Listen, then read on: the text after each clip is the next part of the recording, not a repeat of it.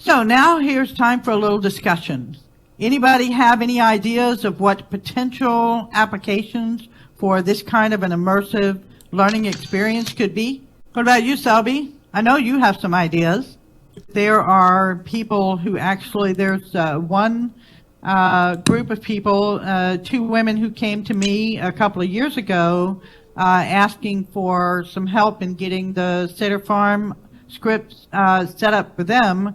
They actually created an herb garden, and they were using it to teach the medicinal use for holistic medicine. And finally, I got my voice, and I was going. I already said, but not you didn't hear. One thing you're doing if you're dealing with students, you are teaching them to read and follow instructions. This is a totally new talent, I believe, because most people, when they get instructions, are not able to read them, and that's well established, and read and follow them. So this is actually would be excellent practice for people, for students to learn how to do it, to read and follow instructions. Yes.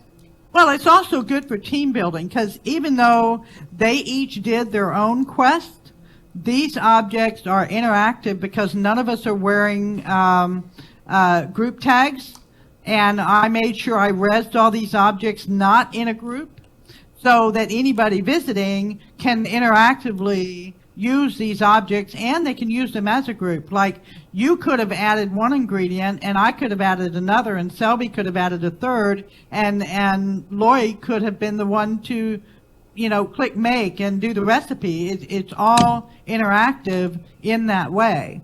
If you want to control it, you can actually res everything under a group, and then anybody that's a member of the group could then interact as a team. So it helps teach teaming skills as well. Yes, absolutely. It can be collaborative. It just depends on how you set your permissions. So let's go to the skills quest. All right, now we're going to tour the gardens and see if you can find the animals and learn the names of those animals, and also find Data 4, which is our fourth Data for this tour.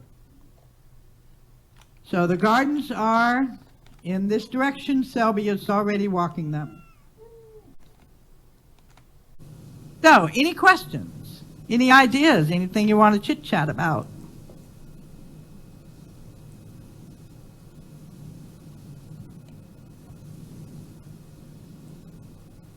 Selby's mic is live, but I don't hear you say anything. You got any comments, Selby? Oh, well, I think one of the things that is valuable from a physical, a data that looks like a person is, of course, that attracts attention. People pay attention to people very quickly. Yes.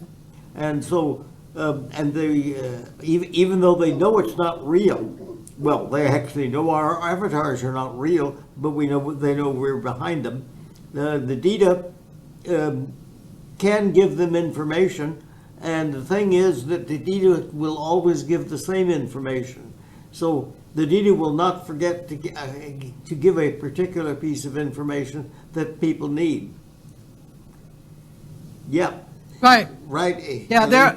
Go ahead. There are lots of different instructional methods in here.